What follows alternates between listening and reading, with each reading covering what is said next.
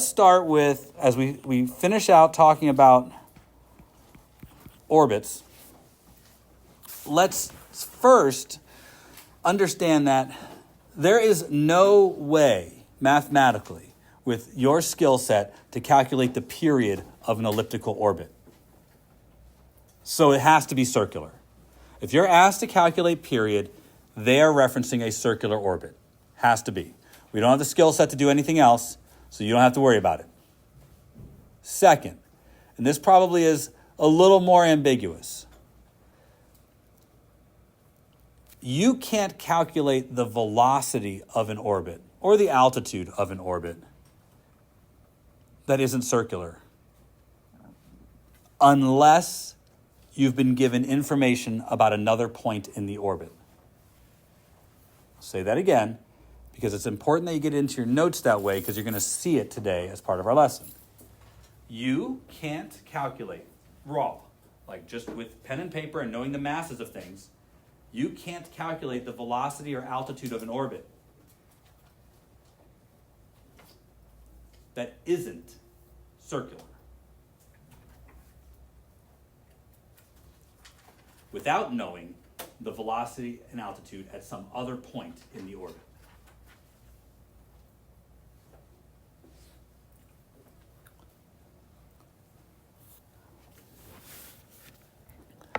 So in your problem, if they say, I want a rocket traveling 50,000 meters per second and I want it to orbit the Earth, what altitude it be at? That's got to be a circular orbit. You got to be talking about circular. They didn't give you enough information to do anything else.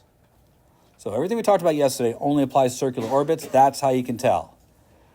Now, hopefully they'll just say it's a circular orbit. That would be nice. But now you know. You can't calculate period at all for anything but a circular orbit. And if they ask for velocity or altitude, that's either a circular orbit or they had to have given you velocity and altitude for a different point in the orbit. All right, you have that worksheet I handed out yesterday. Make sure it's in front of you. We're going to come back to that in a minute. The first thing we're going to talk about is energy in orbits.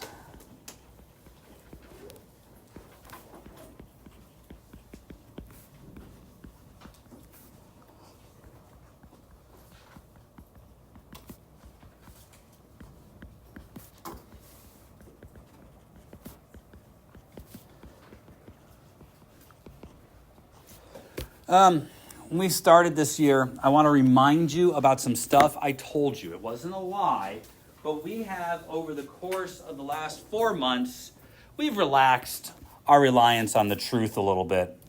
If you think way back to when we first started talking about energy and the idea of potential energy was suggested or brought up, we calculated first the concept of work and said that in the simplest form, work is force times distance times the cosine of the angle between those two. That's not the actual definition for work, by the way. The actual definition for work is neutral. It allows us to deal with forces that are not constant over the interval. So that's the actual definition for work. But when we were near the surface of the Earth and we were starting to talk about it, we did talk about gravitational potential energy. And we used the definition of work to do so. We said that it was energy that was stored, or energy that was somehow in the object or in the system. We know that the way I'm supposed to say it is that the energy is in the Earth object system. You remember that whole conversation? I don't know if you remember it or not. I do want to say that we talked about first how much work was done by gravity when you say lifted something. Like say the object started at this position, so this is the initial position, and we want to move it to the final position here.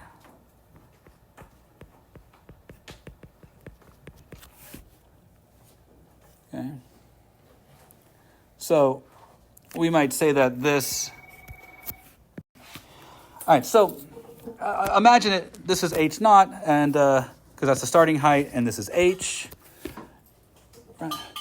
If the object goes from h naught to h, then we're doing work by pushing it we're doing work because it's moving up. But the problem is that when we ask how much work was done by gravity, you'll recall that although the object is going in this direction, the force on the object from gravity is downwards in this direction. So when we calculated this amount of work, it ends up being negative because the cosine adds that negative sign in there, that pesky negative sign. Do you remember that? You don't. I can see it on your faces. But it was there. I know. Because gravity did negative work while the object went upwards. You did positive work. You lost the energy. Where'd the energy go? It went into the system between the Earth and the object. And we would have gotten some calculation that looked like this. mgh final minus negative mgh initial. We would have factored the negative sign out and got mgh minus h naught. That's what we would have gotten. I know, I've done this before for many years. The work done, and this is the work done by gravity. It's important because then I went one step further and said, okay, we don't like this negative sign, but the negative sign serves a function. There's a purpose there. That purpose was, in order to do this, something had to change. Energy had to flow into or out of the system. We say the object has acquired potential energy, but it did so because something else had to lose energy. So we defined potential energy as minus the work done by a conservative force. That's how we defined it. So for the rest of the year, we just put mgh minus h naught. But there was this moment where we defined it this way. It's deep in your notes, was one line, and I never talked about it again. Because I didn't have to. And then we got lazier and lazier. We just started writing, gravitational potential energy, that's just mgh, right? I'm calling your attention back to this for a number of reasons. Reason number one, and this one's important, we kind of dropped the whole h naught thing, but remember, the problem here is that it's relative. When we're measuring gravitational potential energy, we are taking a relative measurement. And we're really talking about the change in the potential energy as it goes from one place to the other. But we've just all agreed that there's a place in our problem that we will call the reference level. So if it's a roller coaster, perhaps the ground. That makes sense, right? That's a good reference level. If I'm dropping a ball off of the top of a building, well, I probably won't use the top of the building as the reference level. I'll probably use where the ball lands. But I could. Imagine this. I could. Instead of using a building, how about we use something really, really exciting? A hole in the ground. That's some exciting stuff, right? Good. So, deep hole in the ground. Like I'd like to put some things, people. No, not people. I didn't say it. I'm recording this. If I make this level 0, right? That's the top. So we're saying this is the reference level. It's h naught, and I make that 0. You understand that I could just as well say that down here is negative h somewhere, right? It's all about changes. If I drop a ball down into the hole, the ball gets stuck down there, right? It's trapped. It's okay for me to say that that's negative energy. I have a relative position where 0 is. This object has less than that. If I want that object to come back to the top, I would have to give it enough energy to get out of the hole. So it's not bad to say that it's negative. It's relative. I know you like the idea of positive, but it's all about a relative measurement. In fact, if I dropped down to the bottom of this hole, grabbed the ball, I could give it kinetic energy enough to get it to the top, right? I would throw it upwards.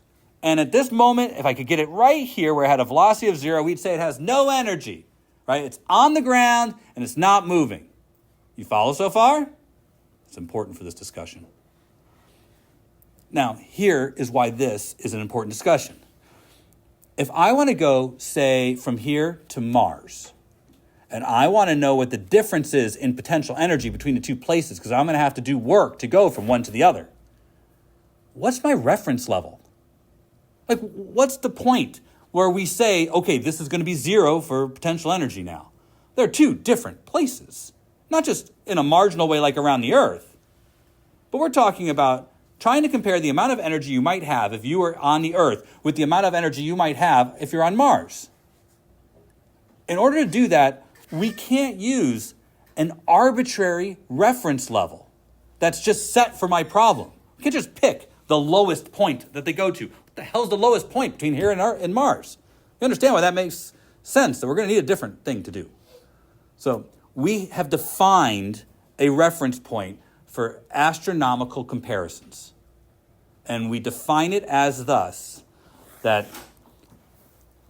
two objects interacting through gravity will have no potential energy when they are infinitely far apart. We will define 0, a relative location for all of them, as being a place where these two objects will have no potential energy when they are infinitely far apart. We base it on the force that acts on them. We know there's a force of attraction between the two objects. And that force is based on three things, right? The mass of each object and their separation distance squared. The force acting on these objects goes to 0 when they're infinitely far apart. So if I can put two things infinitely far apart, that's the reference level for where there's 0 potential energy between them. So everybody understand, we're setting the reference level at infinity because that's how far apart they have to be so that they don't experience any force between them. Everybody okay so far? It's going to get harder. Yes. Infinity is not what you think in science, or in math, really. I know you guys tend to think infinity is like some mind-blowing concept, that there's always a number bigger, blah, blah, blah. That's not really how infinity works. It works for those pure math people that way. But how far is infinity? That actually varies quite a bit. If you're far enough away where you can't detect any gravity between the two objects with your measuring equipment, well, that's infinity, right? Infinity to one person might be different than infinity to another. If I have better measuring equipment, then maybe it's not infinity. You understand what I'm saying? If you get far enough apart where you can't detect anything, any force between the objects, well, that's infinity. That's far enough. Now, I'm not saying you can get to this place. I'm just saying that infinity might not be as big a number as you think. We have two objects that we would say are pretty much infinitely far away from the Earth right now, but we still talk to them. Voyager 1 and Voyager 2, they're out there. They're far enough away where they can't see our sun in the rest of the stuff that's out there. That's how you can tell that they're outside the solar system. All the points of light all look about the same to them. There's not a big bright one in the center anymore. But we can still talk to them. Are they infinitely far away? For all intents and purposes, yeah, they can't detect the gravity from our sun. They certainly can't detect it from the Earth. Do those objects have any gravitational potential energy relative to the Earth? No. Something would have to have, basically, the capacity to fall back to the Earth for it to still have potential energy relative to the Earth. You follow what I'm saying? So infinity doesn't necessarily mean the edge of the known universe. It just has to be far enough. We use infinity as a construct to say that's something that I could use to compare both the potential energy on Earth and the potential energy on Mars, because I can get infinitely far away from both of those places. Do you understand what I'm saying? That's how we make the comparison. And why? Because I might have to fuel a rocket to go from one to the other. Knowing how much energy it's going to take is important, so I need relative measures that work for both objects. In your problems, they will just say, when you're calculating the potential energy for an orbit, use a point that is infinitely far away. They'll say it. They'll be clear. So if you see language like that, they are referring to a specific way of calculating potential energy. And it's on your equation sheet, so keep that in mind too. So here's our picture. It is negative m1, m2, g over r. It's negative. All potential energies regarding gravity are negative. It's not just a decision, it's the way in physics we have decided to set this up. And it comes down to this. It's like the problem with the hole. When you're on the Earth, you're stuck here. If you want to get off, it takes energy to leave. So by using a point that far away, we are saying that every gravitational pull that has trapped things there, like all the stuff that's stuck on the earth with us, is stuck in a gravity well. To escape the well, you have to add energy to bring its energy to zero. Does everybody understand? That's how we've defined it. So all planets, all stars, all create gravitational wells. And the objects that are around them are trapped in them. So I have negative potential energy relative to a point infinitely far away when compared to the Earth. Why? Because I'm trapped here. If I want to leave, I would have to acquire enough kinetic energy to bring my total energy to zero, which brings me to something called escape velocity. That is the exact definition of escape velocity.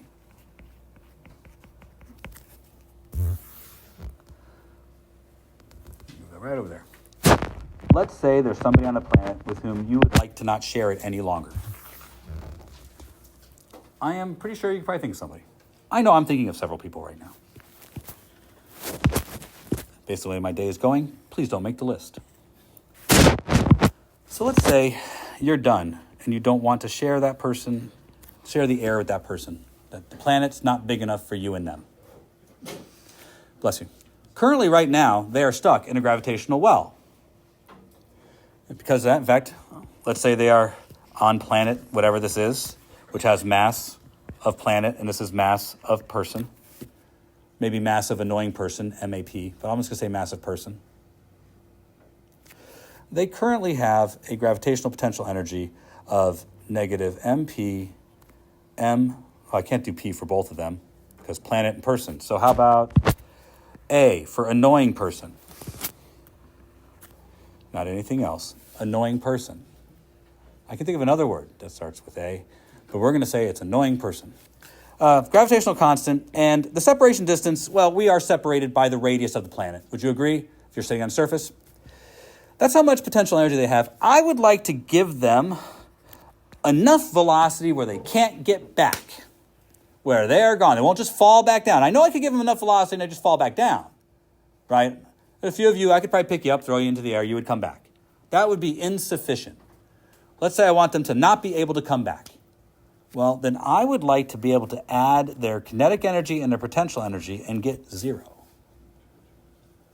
If they're stuck in the well, I would like to add enough kinetic energy to them so that they would be able to leave. And if that's all the energy they have, they won't fall back. Well, it's pretty straightforward then. Massive planet, massive annoying person, all divided by R plus, well, I want to give them the energy. Remember, this is the mass of the annoying person, not the planet. We're not sending the planet away. Escape velocity not equals zero. This is how you calculate escape velocity. The escape velocity is kind of it's kind of an arbitrary calculation because I want you to think about it. We don't give anything escape velocity. Nothing has escaped the Earth's gravity except for these couple of things I've talked about. Voyager 1 and Voyager 2, they didn't leave the Earth with the escape velocity. They did some special slingshot maneuvers around the planets to get flung out there because it's hard to give something the escape velocity. It's an incredible amount of energy. And so it's difficult to give anything this amount of energy. But if you solve this for the escape velocity, you will figure out how fast you would have to fire something for it to leave the planet. But be careful. Trying to be as clear as I possibly can here. Just because you escape the Earth does not mean you escape the solar system. Right? At the same time that we're trying to give that guy escape velocity from the Earth, there's bigger stuff out there, right?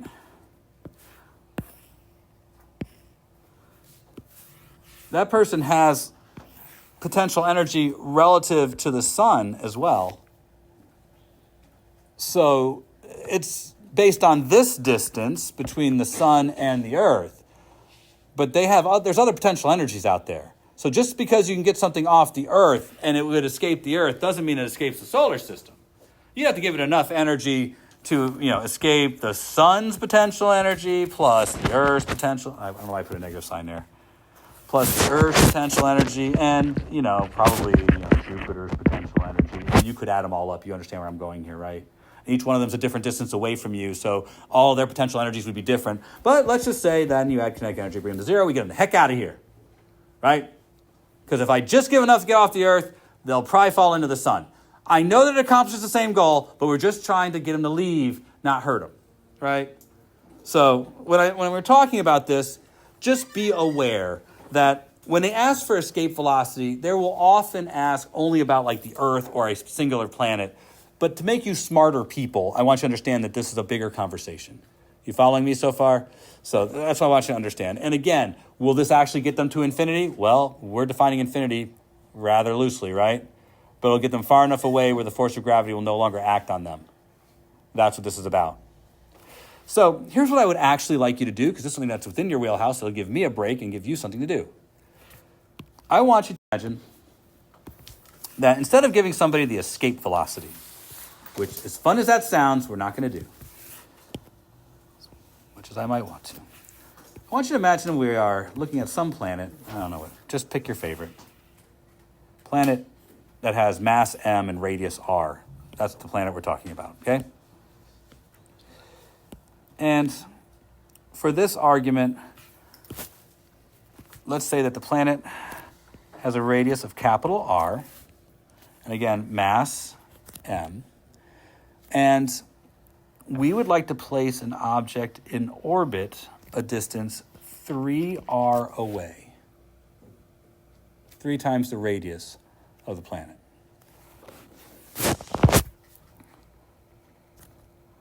Because you guys are smart and you paid attention yesterday, you should be able to tell me what the velocity of this object is in terms of m and r. Let's say the mass of the satellite is ms. Okay, it should take you like a second, maybe 2, to give me an expression for the velocity for it to be in a stable circular orbit, a distance 3r away from the center of the planet. While you're doing that, I'm going to keep talking, which I know makes your job impossible, but I have something I want to add here, that be on the lookout for the word altitude. I could have said we're on a planet of radius r, and I want the altitude of the orbit to be 2r. Altitude refers to the distance above the surface of the planet. So this distance is the altitude. But this distance is the separation distance. You can't use altitude as a separation distance. You have to go center to center. But if the word altitude is used, they're referring to something specific. Everybody got it in their notes? You'll need it. All right. Finn. Velocity is equal to the square root of m big G over 3r. Square root m big G over 3r. Perfect. Perfect. All right, so we did that yesterday. You should be able to calculate the energy in this orbit now. All right? I want you to do this because this is a very common style of question. The answer is going to be negative because remember, the object is still trapped around the Earth. Just because it's in orbit doesn't mean it's not trapped in the Earth. It has not left the Earth system or whatever this planet is.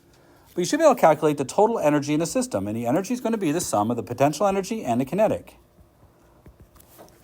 And again, it's going to be negative. That's okay. It's supposed to be. That's how we do this. Unless the object has escaped the Earth, it will still have negative energy total because it's trapped. Now, nothing super special here. It's not hard to do. You're just going to plug and chug. But because of the way these problems are structured, they do end up having nice, pretty answers. So consider, we start with negative m times ms times g over 3r. That's the potential energy in that orbit.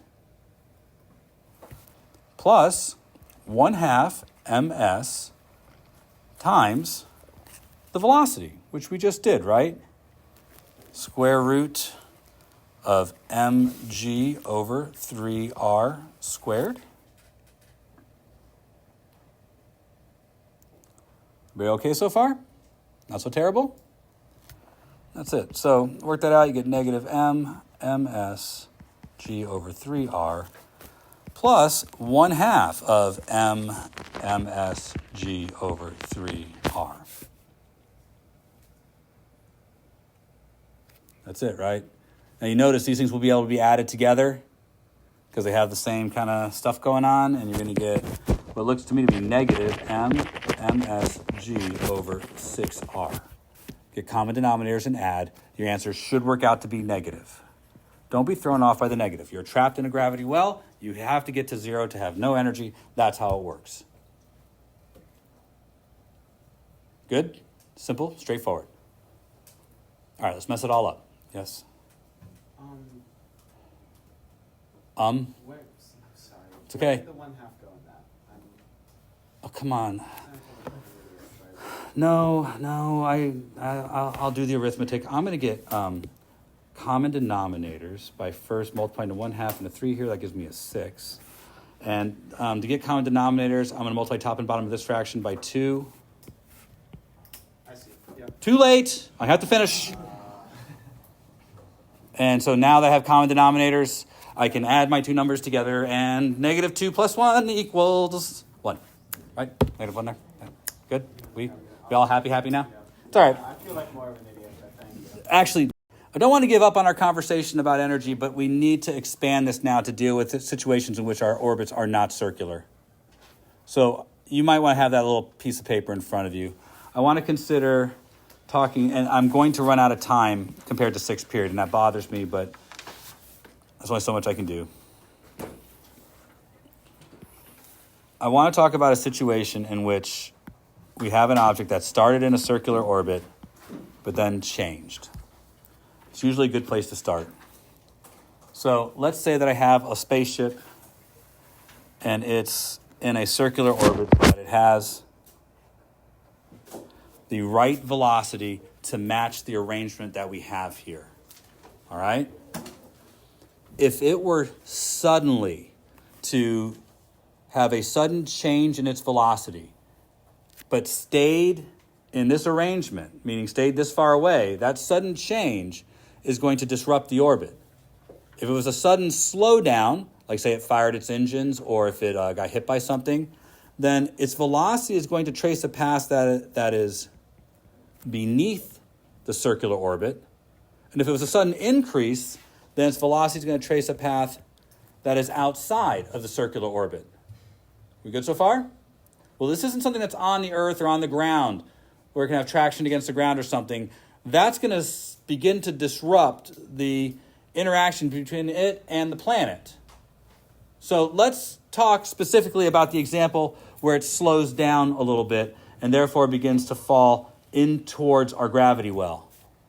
Now, it could slow down so much that it just smacks into the planet.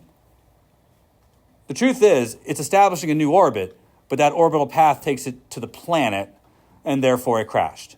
But that's also how you deorbit something. If you want to bring the astronauts back from the space station, you detach the capsule, you get a little bit farther away from the space station, and then you fire the engines to slow it down. And it has a return trajectory that is an elliptical path that will land it somewhere on the planet. You try and time it to land it where you want it to hit on the Earth. That's the whole goal. But if it's just a little bit too slow, not enough to hit the Earth, enough to go around it, it will loop around it for sure, creating a new path. Perhaps if I can just get this to be drawn correctly.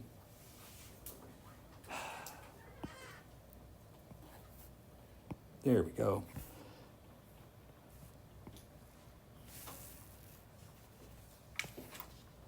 Like that. All right. So it's not exactly what I want it to look like, so give me a few seconds to adjust it. There. So it will create a new elliptical orbit. This orbit has some properties, and you need to know them all, but again, I'm going to run out of time, which is disappointing. Let's move that over a little bit. First, the new elliptical orbit will have the planet at one of the foci. So keep that in mind for one thing. That in this arrangement, the planet will be at one of the foci. It won't be in the center any longer. Because consider what's happening. The object is falling towards the planet. So while it's falling towards the planet, It has a component of the force that's accelerating it and making it go faster, not just changing its direction. So eventually it's going to make it over here where its velocity has increased. It's going to be more than it was before. But that velocity is going to have increased enough so that it can't go into another circular orbit. It's too fast. So it will have an orbit that is outside of that circular orbit and will travel along this path, but now it's slowing back down until it makes it to here where it's too slow to be in a circular orbit up there. Are we following so far? Now I put the two circular orbits in there so you understand that this is how you go from one orbit to another orbit. You slow down, fall into the altitude where you want to be at the new orbit, and then speed up to match the circular orbit at that level. That's how you do an orbital transition. And spaceships do it all the time. The capsules that go to the space station go to a suborbital level first to make sure the capsule is not dangerous for the space station, and then it goes into the orbital transitional process to link up with the space station. That's how you do that. And it's a complicated dance. I'm not even pretending to say I know what I'm doing when I say that. It's easy for me to just draw pictures.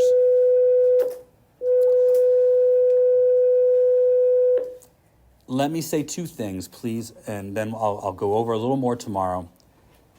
Elliptical orbits have whatever the object is at one of the foci. But, and this is true for all orbits, but it's especially valid here. All orbits conserve energy and conserve angular momentum. All energies conserve energy and conserve angular momentum.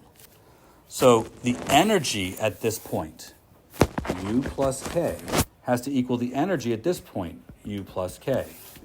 So although the potential energy becomes more negative as it falls, the kinetic energy increases to match.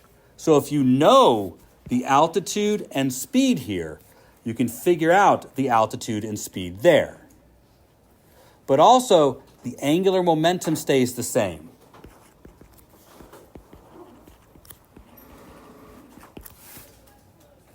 So if you know where you are in speed, you could use angular momentum to figure out your R in speed at different locations too. Now we're going to go over more of that tomorrow. We didn't quite get to the end of that.